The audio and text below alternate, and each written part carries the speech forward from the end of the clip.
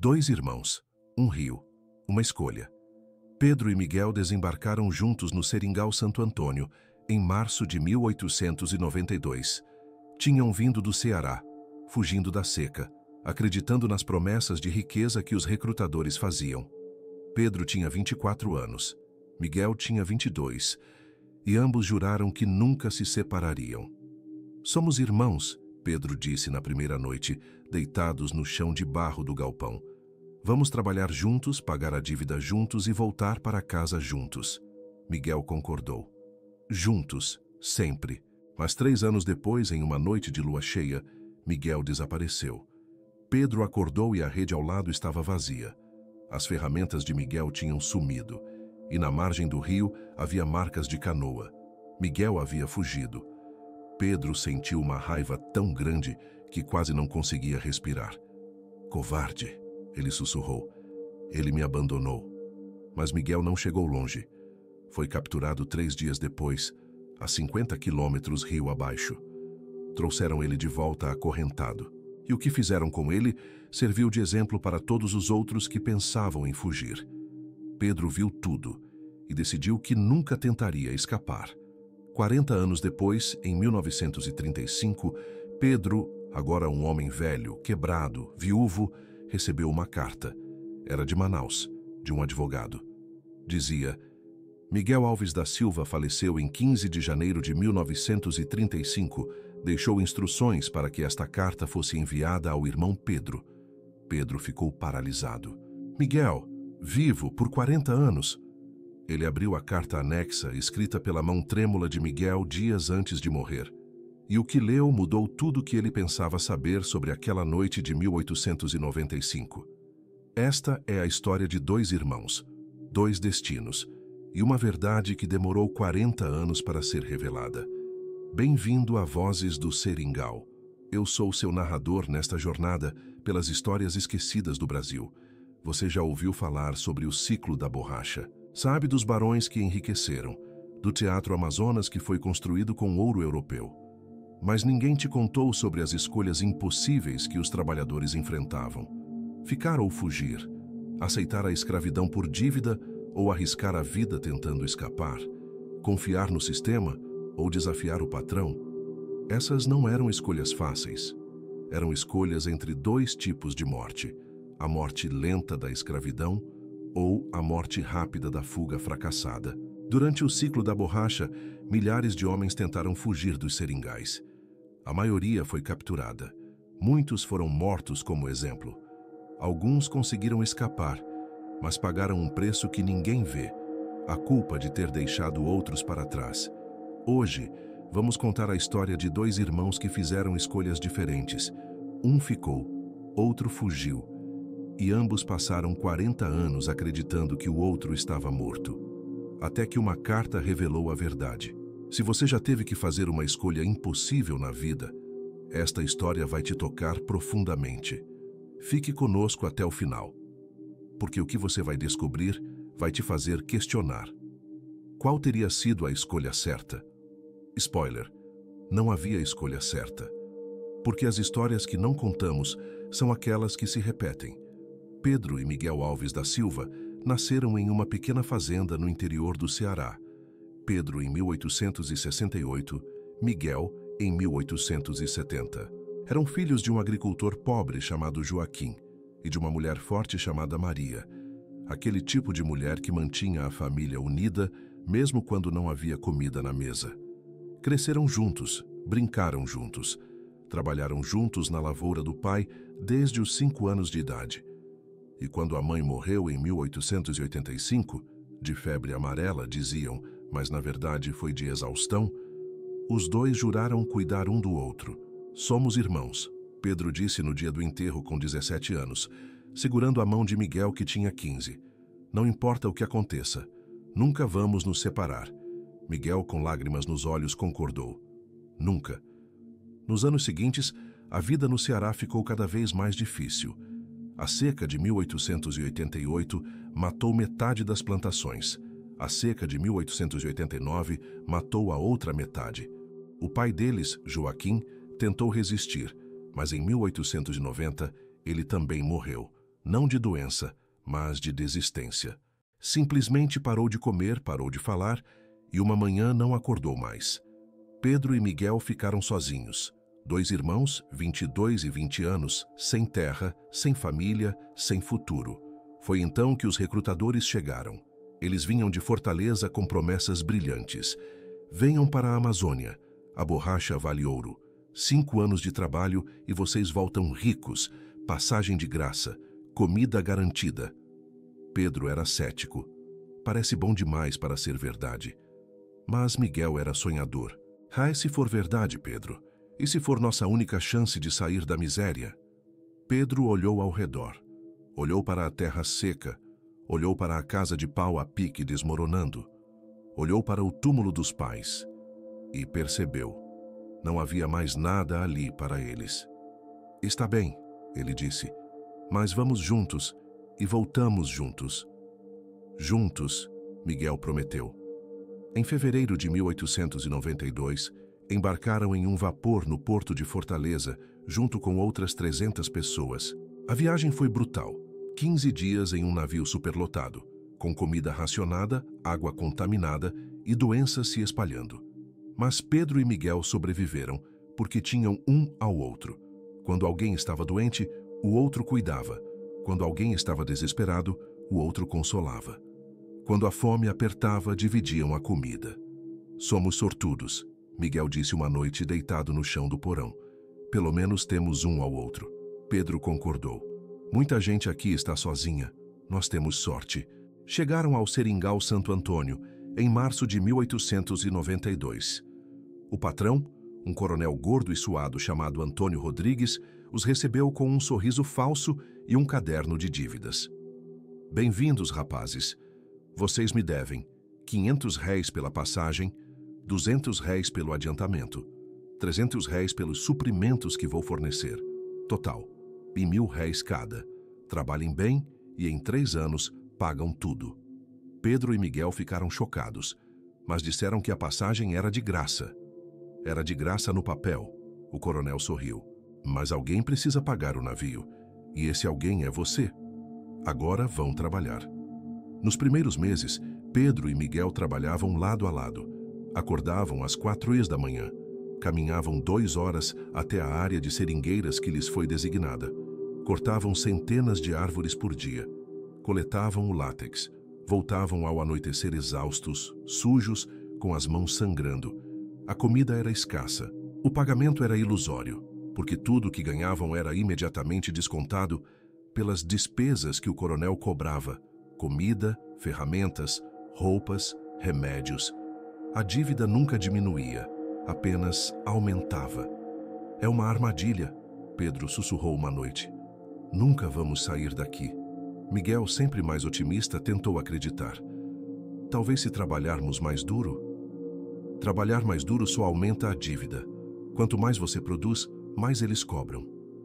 Miguel ficou em silêncio, porque sabia que Pedro estava certo.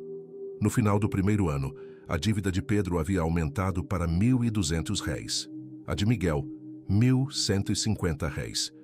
Estavam trabalhando mais, produzindo mais e devendo mais. Somos escravos, Pedro disse. Não podemos chamar de outra coisa. Somos escravos.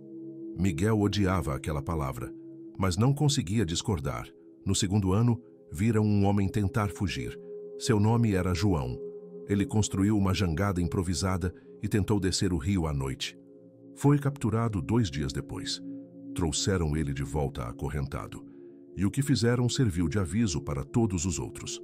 O coronel reuniu todos os trabalhadores na praça central do Seringal. João foi amarrado a um poste, e o capataz o açoitou 50 vezes enquanto o coronel gritava.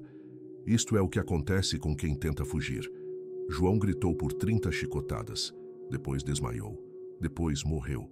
Não pelas chicotadas, mas pela infecção que se instalou nos dias seguintes.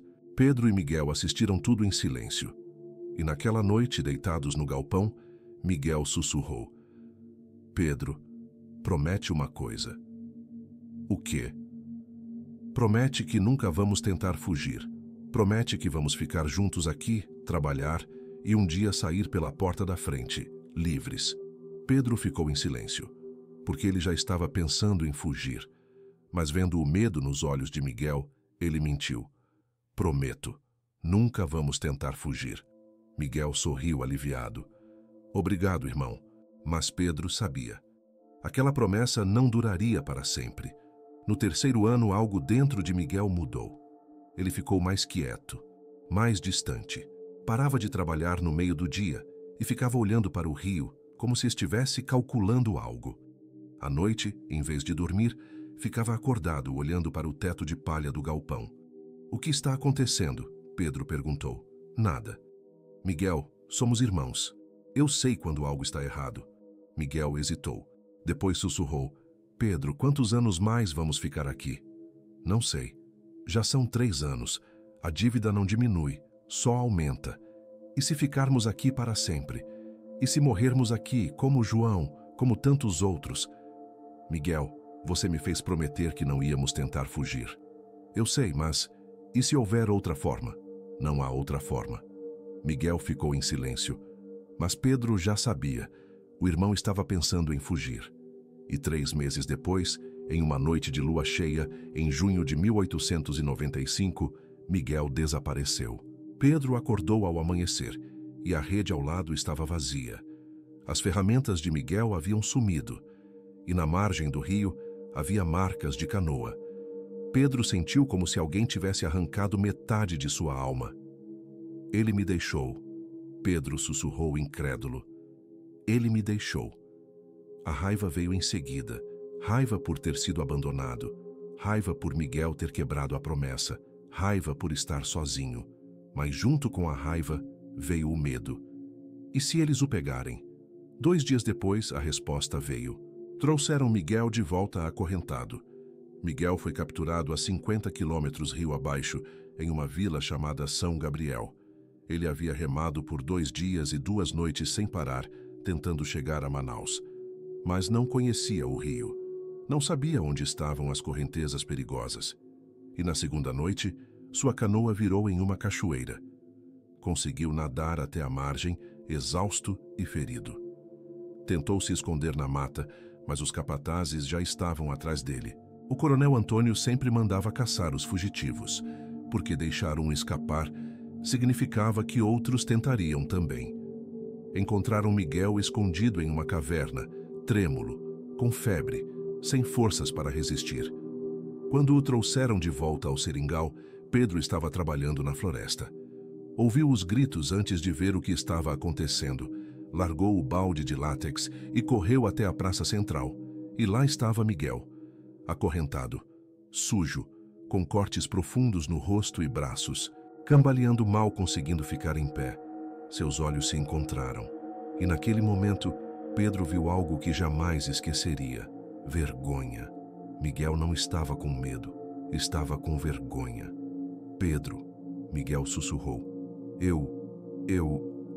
Mas antes que pudesse terminar, o capataz o empurrou para a frente. Cala a boca. Você vai pagar por isso. O coronel Antônio apareceu, caminhando lentamente, como um ator entrando no palco. Ele adorava esses momentos. Adorava o poder de decidir quem vivia e quem morria. Miguel Alves da Silva, o coronel anunciou em voz alta para que todos os trabalhadores ouvissem. Você tentou fugir. Você quebrou seu contrato. Você roubou uma canoa que valia R$ 200. Sua dívida agora aumentou para R$ 1.800. E como punição, ele fez uma pausa dramática. 50 chicotadas. Um murmúrio de horror percorreu a multidão. 50 chicotadas era o que haviam dado em João. E João havia morrido. Pedro sentiu o sangue gelar. Não, ele sussurrou. Não. Ele deu um passo à frente, mas outro trabalhador o segurou. Não se meta, vai piorar para os dois. Mas é meu irmão. E você quer morrer com ele? Pedro ficou paralisado. Queria correr até Miguel. Queria gritar, queria fazer alguma coisa. Mas o medo o paralisou. Amarraram Miguel ao mesmo poste onde haviam amarrado João. O capataz pegou o chicote. Um chicote de couro grosso com pontas de metal que rasgavam a pele. A primeira chicotada rasgou as costas de Miguel. Ele gritou. Pedro fechou os olhos, mas não conseguiu tampar os ouvidos. A segunda chicotada, o terceiro grito, A 10ª chicotada. Miguel já não gritava mais, apenas gemia. A 20ª chicotada. O sangue escorria pelas costas dele, encharcando suas calças. Na 30ª chicotada, Miguel desmaiou. Acorda ele, o coronel ordenou friamente. Jogaram água fria no rosto de Miguel.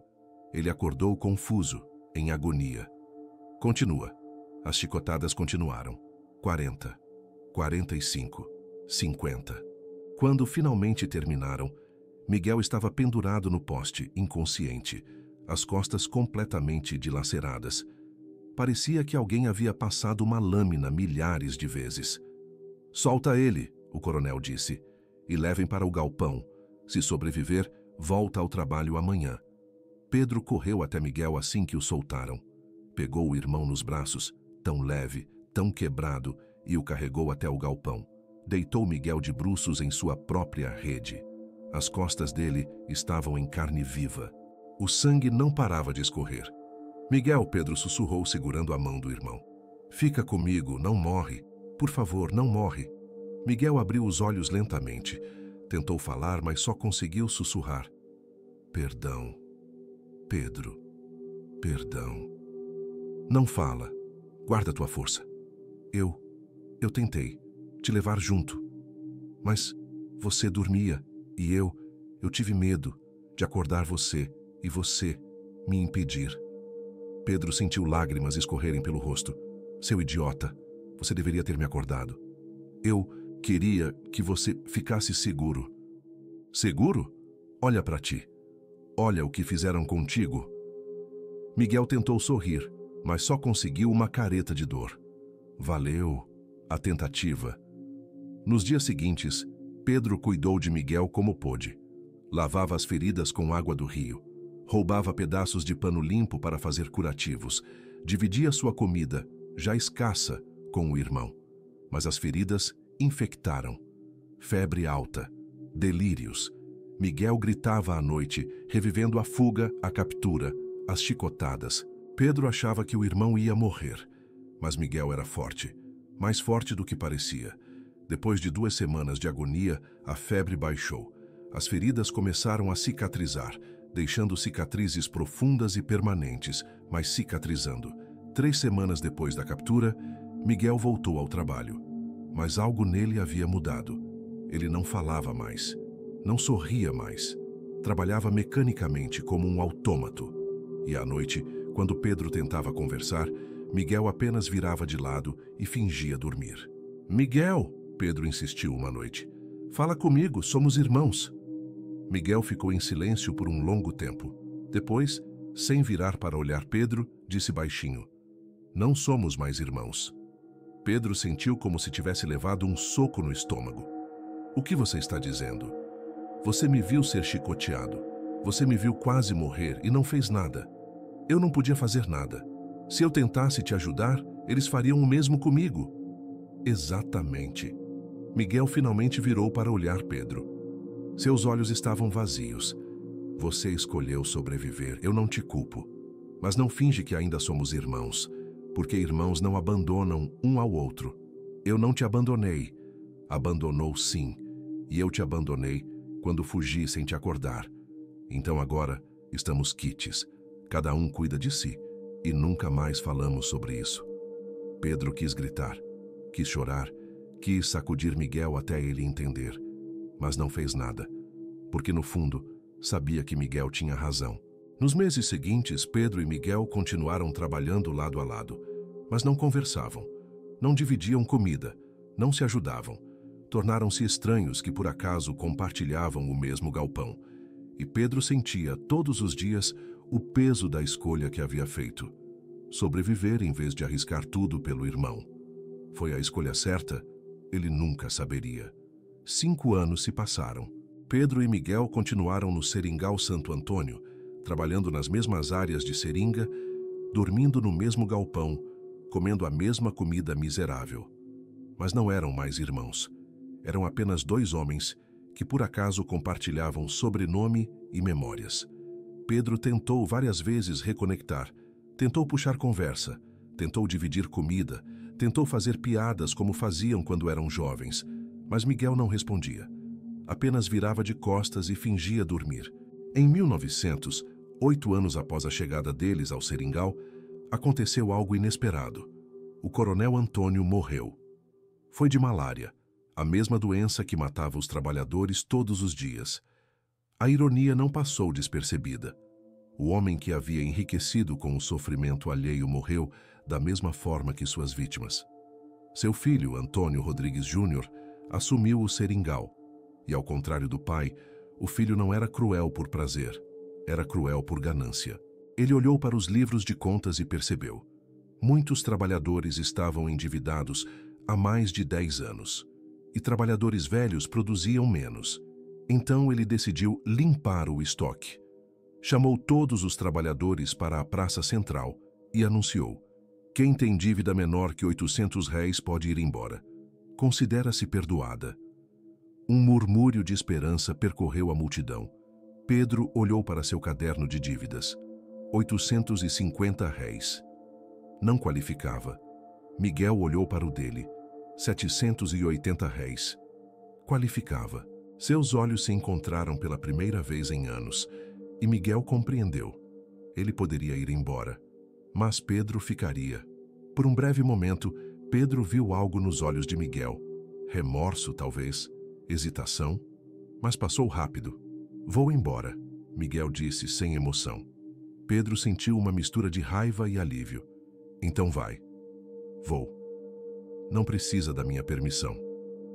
Miguel ficou parado por um momento, como se quisesse dizer algo, mas não disse. Apenas virou as costas e foi embora. 3 dias depois, Miguel embarcou em um vapor de volta para Manaus, junto com outros 20 trabalhadores libertos. Pedro ficou no Seringal, e pela primeira vez em sua vida, Pedro estava completamente sozinho. Os anos seguintes foram os mais solitários da vida de Pedro. Ele continuou trabalhando, continuou produzindo borracha, continuou pagando a dívida que nunca diminuía, mas agora não tinha mais ninguém. Casou-se em 1905 com uma mulher chamada Rosa, que havia chegado ao Seringal com a família. Rosa era boa, gentil, trabalhadora, mas Pedro nunca a amou de verdade. Casou porque estava cansado de estar sozinho. Tiveram 2 filhos, João em 1906 e Maria em 1908. Pedro tentou ser um bom pai, mas era difícil ser bom pai quando você é um homem quebrado por dentro. Em 1912, o ciclo da borracha entrou em colapso. A concorrência da borracha asiática destruiu os preços. O Seringal Santo Antônio começou a falir. Antônio Rodrigues Júnior abandonou o Seringal e foi para Manaus levando toda a riqueza que havia acumulado. Os trabalhadores ficaram livres. Mas livres para quê?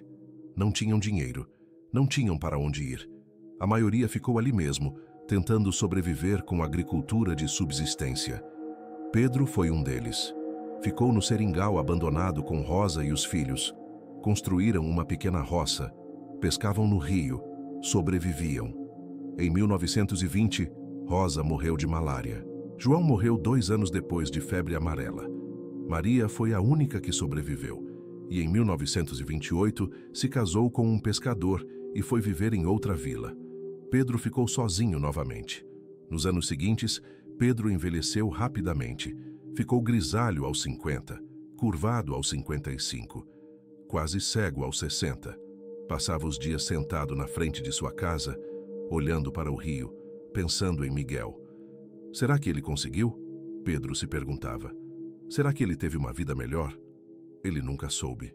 Até que em janeiro de 1935, um mensageiro chegou de barco. Trazia uma carta. O mensageiro era um jovem de uns 20 anos, funcionário de um escritório de advocacia de Manaus. Ele desceu do barco segurando uma pasta de couro e perguntou: "Alguém aqui conhece Pedro Alves da Silva?" Pedro, agora com 67 anos, curvado e quase surdo, levantou a mão tremendo. "Sou eu." O mensageiro entregou um envelope. "Carta para o senhor, do falecido Miguel Alves da Silva."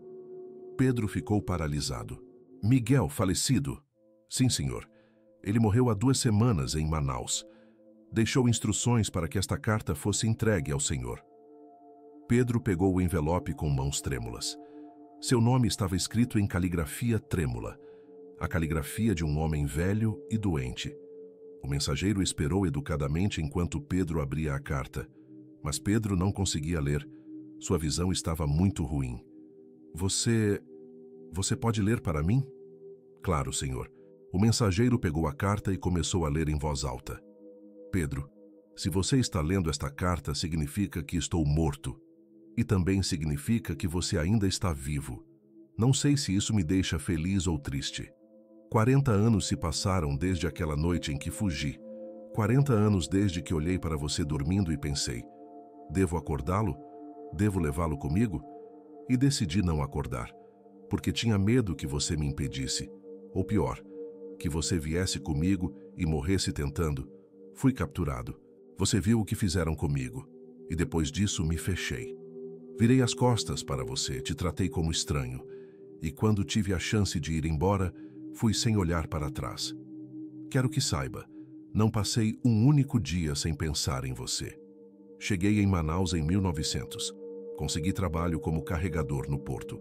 Depois como ajudante de carpinteiro. Depois como carpinteiro.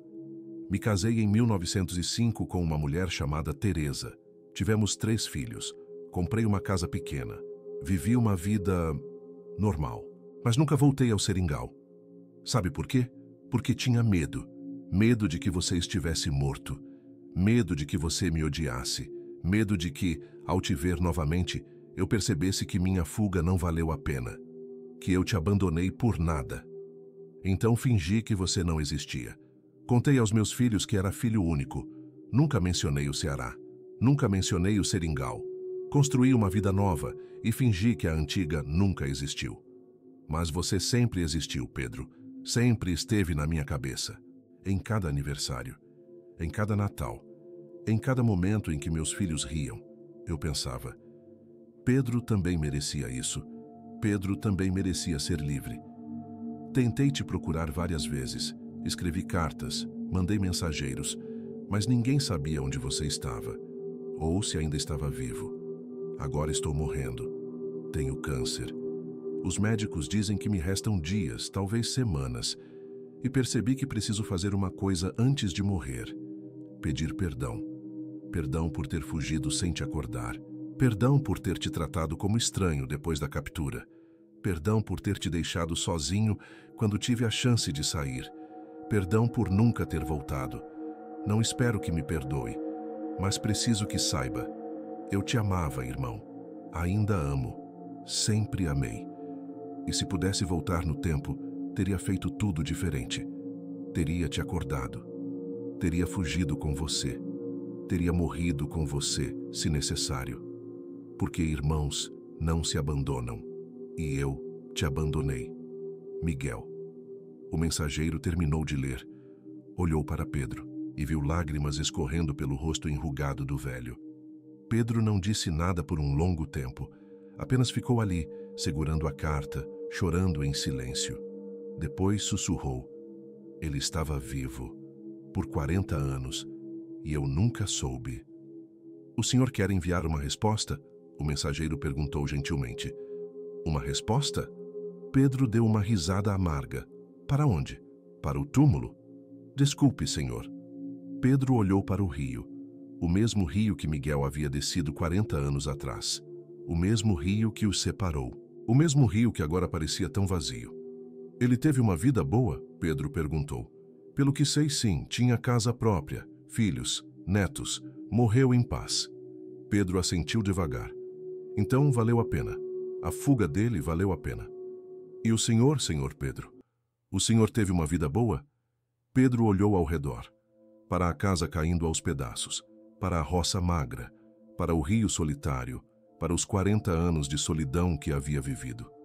Não, ele disse simplesmente. Não tive. O mensageiro não soube o que dizer. Pedro guardou a carta com cuidado. Obrigado por trazer, pode ir. Tem certeza? Não quer que eu leve uma mensagem para a família dele? Pedro pensou por um momento. Depois disse, diga aos filhos dele que o pai era um homem bom e que o irmão dele nunca deixou de amá-lo também. Vou dizer, senhor. O mensageiro voltou ao barco e foi embora. Pedro ficou sentado na frente de sua casa segurando a carta até o sol se pôr.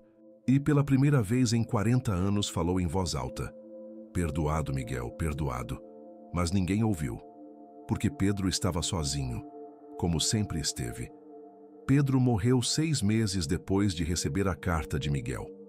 Morreu sozinho, em sua casa, no seringal abandonado. Ninguém sabe exatamente de quê. Talvez idade, talvez malária, talvez simplesmente cansaço de viver. Sua filha Maria só soube 2 semanas depois, quando um vizinho mandou avisar. Ela veio de barco, enterrou o pai ao lado da mãe e voltou para sua vila. Não havia cerimônia, não havia luto. Pedro desapareceu da história tão silenciosamente quanto havia vivido. Mas antes de morrer, Pedro fez uma coisa: escreveu uma carta. Não conseguiu escrever de próprio punho. Sua visão estava muito ruim, suas mãos muito trêmulas. Então ditou para um vizinho que sabia escrever e pediu que a carta fosse guardada, para que algum dia alguém pudesse ler. Esta é aquela carta. Meu nome é Pedro Alves da Silva. Nasci em 1868 no Ceará. Morri em 1935 na Amazônia. Vivi 67 anos. Trabalhei 43 deles como escravo. Tive um irmão chamado Miguel. Éramos inseparáveis quando jovens. Juramos nunca nos separar, mas o ciclo da borracha nos separou de qualquer jeito. Miguel tentou fugir. Eu não tentei. Ele foi capturado e quase morreu. Eu sobrevivi calado. Ele conseguiu sair. Eu fiquei. Durante 40 anos, acreditei que ele estava morto. Durante 40 anos, carreguei a culpa de não ter tentado salvá-lo quando foi chicoteado.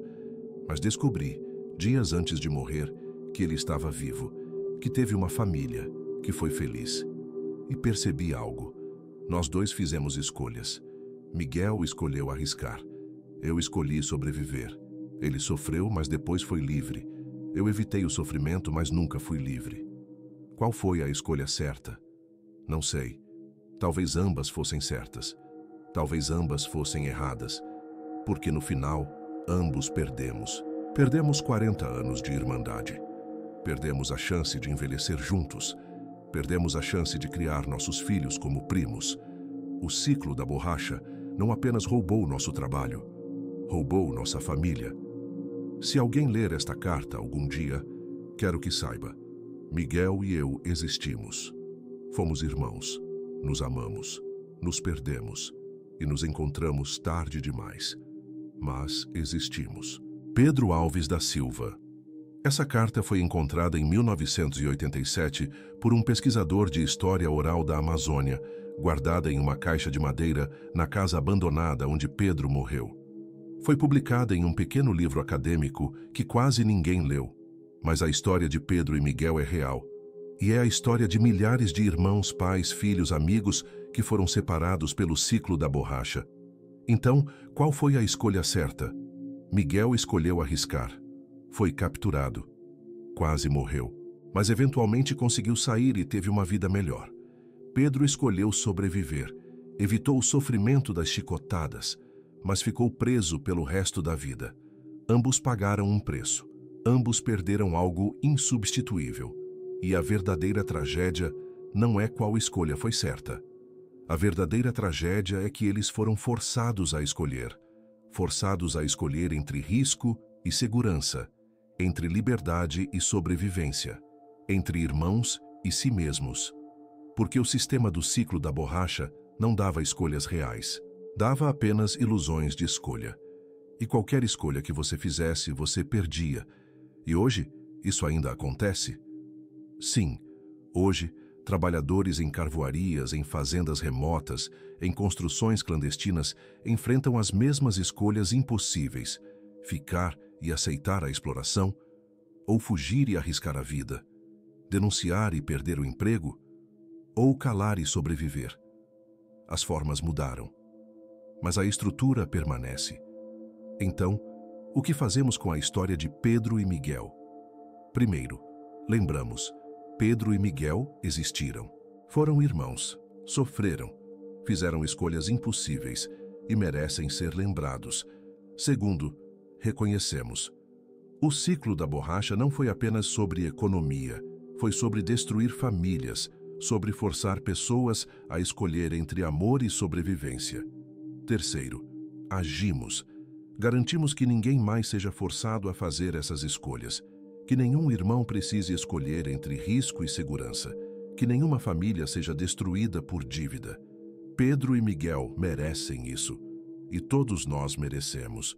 Se você chegou até aqui, você conhece a história de Pedro e Miguel. 2 irmãos, 2 escolhas, um destino trágico. E agora, o que você faz com essa história? Primeiro, você compartilha. Manda esse vídeo para seus irmãos, seus amigos, sua família. Você diz: existe uma história sobre escolhas impossíveis que vocês precisam ouvir. Segundo, você reflete. Se você estivesse no lugar deles, o que faria? Tentaria fugir como Miguel? Ou ficaria como Pedro? E depois que refletir, perceba: você nunca deveria ter que fazer essa escolha. Ninguém deveria. Terceiro, você age.